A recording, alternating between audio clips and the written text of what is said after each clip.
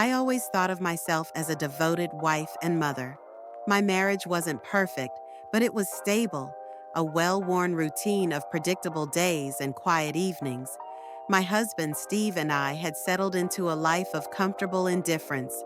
Our shared history was built on years of raising our children and weathering life's ups and downs together. Yet, somewhere along the way, the spark that once ignited our passion had dimmed into a gentle, unspoken distance. I told myself it was simply part of growing older together, a natural evolution of our lives. But deep down, I couldn't shake the feeling that something vital was missing. Our son, Ethan, had just turned 21, a milestone that seemed to unlock a new chapter in his life. With his newfound independence came a whirlwind of friends and celebrations. Most weekends, our house rang with the sound of loud laughter and the clinking of beer bottles as Ethan's friends filled every room with their exuberance. Amid that boisterous energy, I found solace in knowing that my son was happy and surrounded by people who cared about him. Among Ethan's circle was a young man named Ryan, who seemed to stand apart from the rest. There was an ineffable quality about him, a quiet magnetism that I couldn't quite explain.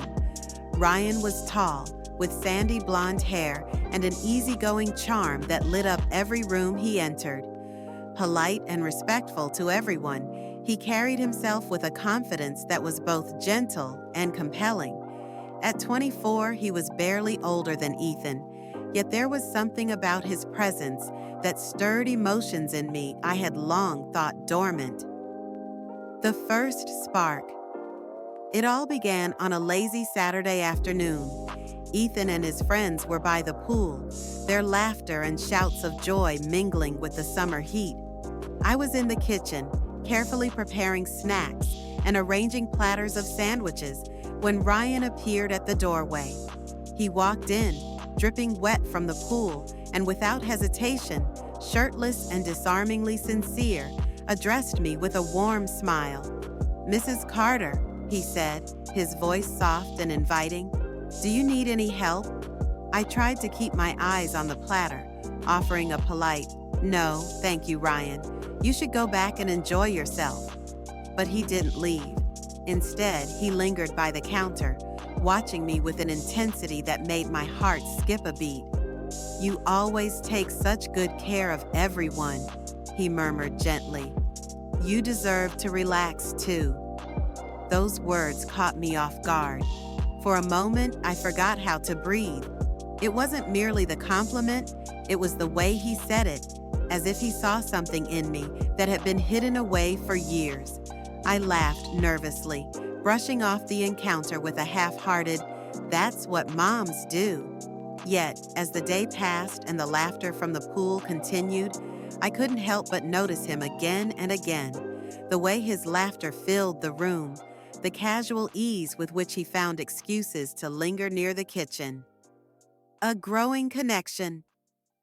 In the following weeks, the quiet tension between us grew. Every stolen glance and fleeting smile added layers to an unexpected connection I never imagined I'd feel. I tried to convince myself it was a harmless crush, a fleeting infatuation that would pass. But deep inside, I recognized a yearning for something more, a spark of passion and recognition that I hadn't felt in years.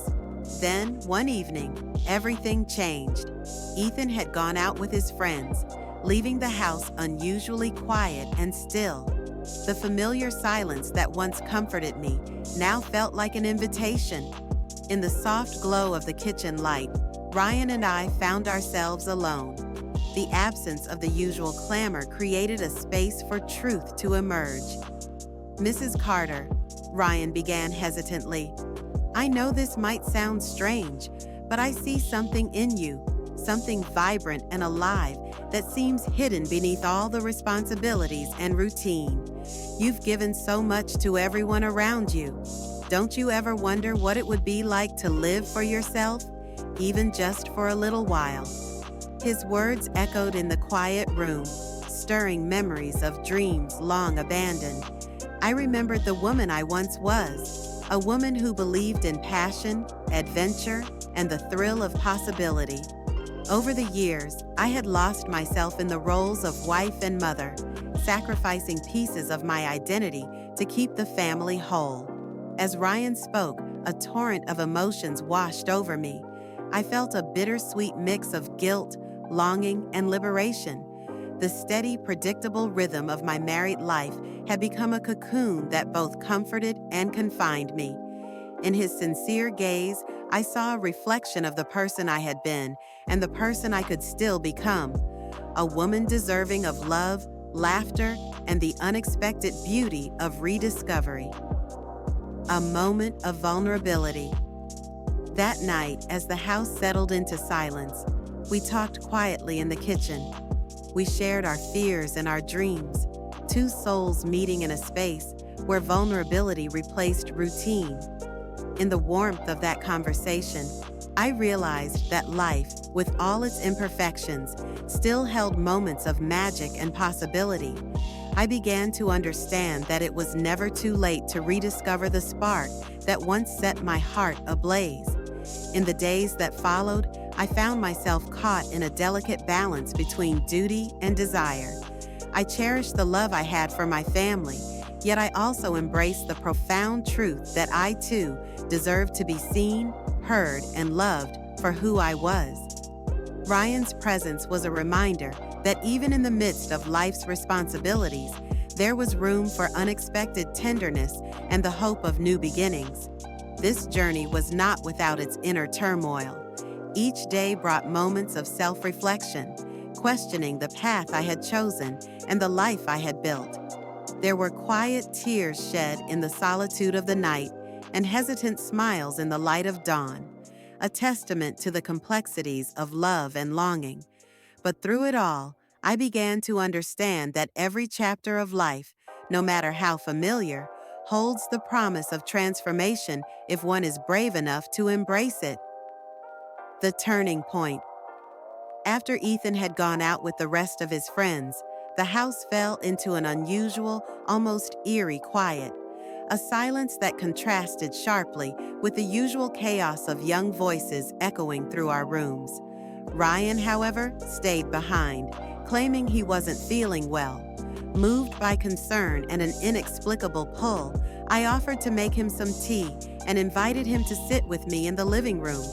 As the soft clink of the teapot and the quiet hum of the refrigerator filled the space, we began to talk. In that vulnerable, hushed moment, I discovered how effortless it was to open up to him.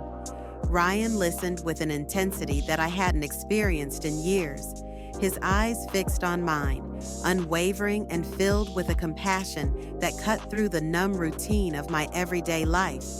I spoke of my frustrations, the fears that haunted me, and a deep loneliness I had never fully admitted, even to myself. With each word, I felt an old part of me stirring, a longing for connection and understanding that had lain dormant for far too long. When I finished, Ryan reached out and gently took my hand.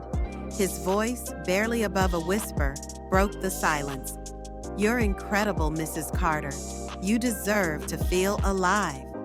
His words, sincere and tender, sent a shiver through me, a mixture of hope and trepidation that ignited something deep inside. Before I could muster a response, he leaned in and kissed me softly. That first kiss was tender and hesitant, but then it deepened with a hunger that left me breathless, as if every rational thought was drowned by the overwhelming sensation of being truly seen and desired. I felt a resurgence of passion I hadn't known in years, a fierce, consuming fire that made me feel whole and alive. The aftermath. But just as the intensity of our connection began to blossom, the front door swung open and Ethan's familiar voice called out. Panic surged through me as Ryan quickly stepped back, his expression unreadable, and the spell was abruptly broken. I spent the rest of that evening in a haze, barely able to meet my son's eyes. Guilt and exhilaration warred within me, tearing at my heart. In the days that followed, Ryan and I never spoke of what had happened, yet the memory of that stolen kiss lingered, a dangerous secret we both carried silently. I knew deep down that what had transpired was wrong, that I was risking everything I had built. Yet, a small, persistent part of me couldn't help but wonder what might happen if I dared to follow that fragile spark. A delicate dance. That night, lying in bed beside my husband, Steve, his snoring a rhythmic backdrop to the storm raging inside me, I barely slept.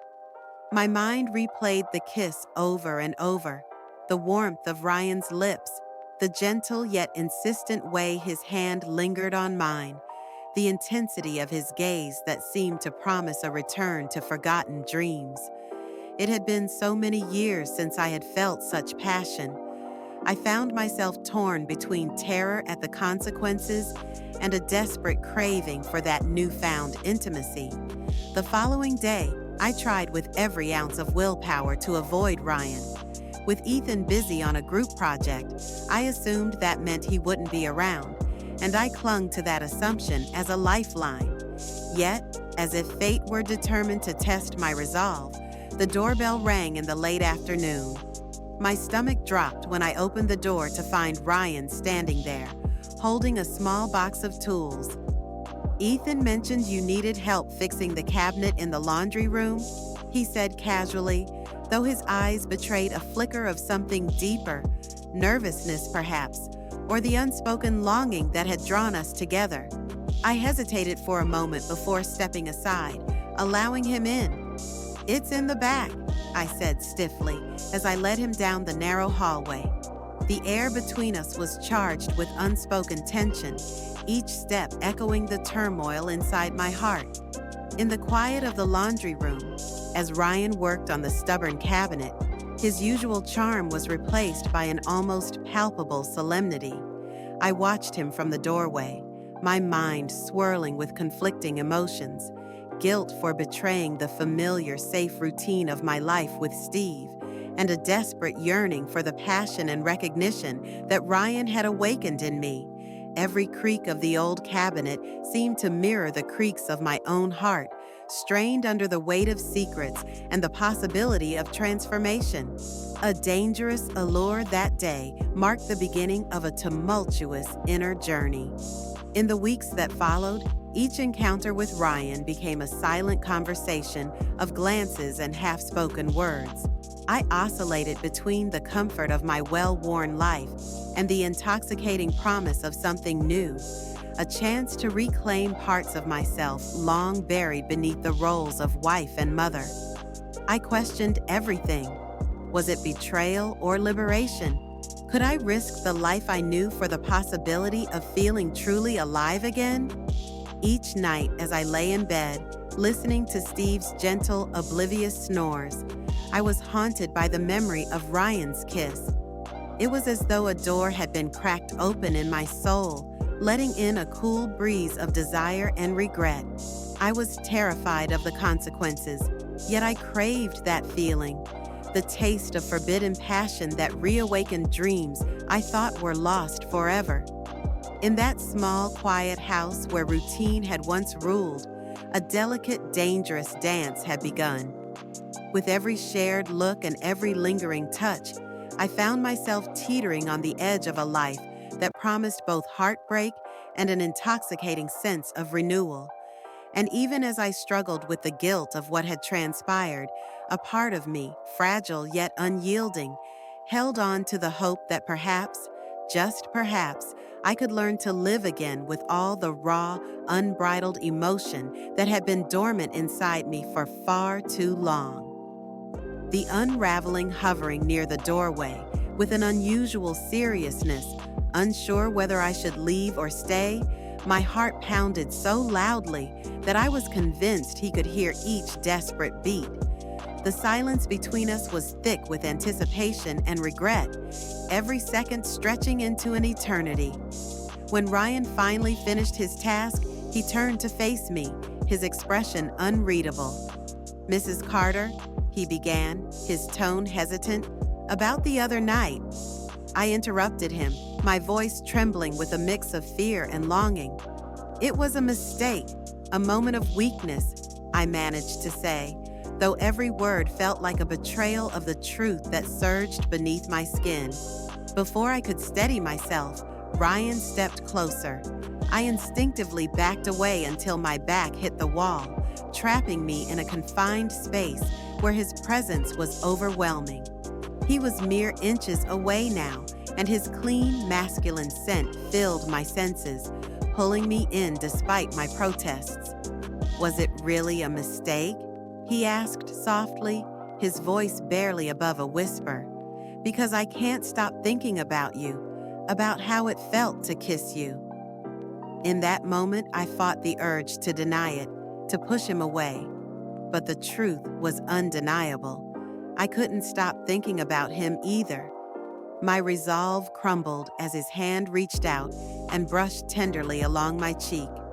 "You deserve more than this life," he murmured, his words laced with sincerity. "You deserve to feel alive, to feel wanted." In that instant, the walls I had spent years building around my heart came crashing down. He closed the distance between us, and my lips found his in a desperate, hungry kiss. There was no hesitation this time, no guilt or second thoughts, just a raw, unrestrained passion that consumed us both.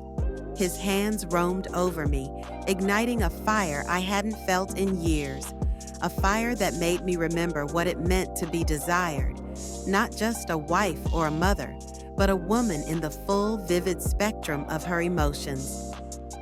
The consequences. We stumbled into the laundry room, where the mundane, everyday surroundings of my domestic life sharply contrasted with the reckless abandon of our actions. His touch and kisses seemed to erase the world outside, making me forget about my marriage, my family, and the heavy consequences of our choices. When the fever of our passion finally subsided, we sat together in a heavy silence, the weight of what we had done settling over us like a suffocating blanket. I avoided his gaze as shame began to creep in, replacing the euphoria that had so recently enveloped me. "This can't happen again," I whispered, more to myself than to him, even though deep down I knew those words were nothing but a lie, a desperate attempt to regain control over a life that was suddenly spiraling out of reach. In the quiet aftermath, I was left to navigate a turbulent sea of emotions. Every touch, every lingering glance between us had unlocked a part of me I had long kept hidden. I found myself haunted by the memory of his kiss, the way his lips had awakened dormant desires, the caress of his hand that had stirred a passion I had almost forgotten existed. I was terrified of the consequences, yet I craved that feeling with an intensity that bordered on obsession. As I lay awake that night, the rhythmic sounds of my husband's peaceful slumber provided a jarring contrast to the storm raging inside me. Thoughts of Ryan invaded my every quiet moment, each memory of our stolen passion etching itself into the depths of my soul. I questioned everything, the life I had known, the roles I was expected to play, and the possibility that perhaps, for one fleeting night, I had truly lived. Now, standing at the precipice of my old life and the dangerous allure of the unknown, I realized that every secret, every whispered kiss, carried with it the power to shatter the fragile illusions of safety and certainty. And though I tried to convince myself that it was just a momentary lapse, a mistake born of weakness, the truth was that I had tasted a freedom so intoxicating it threatened to change me forever. Epilogue: A New Dawn. In the weeks and months that followed, I grappled with the consequences of my choices. The line between right and wrong blurred, and I found myself questioning the very foundations of my identity. Yet, through the turmoil, I began to see glimpses of the woman I had once been, a woman unafraid to embrace life's uncertainties and to seek out the beauty in vulnerability.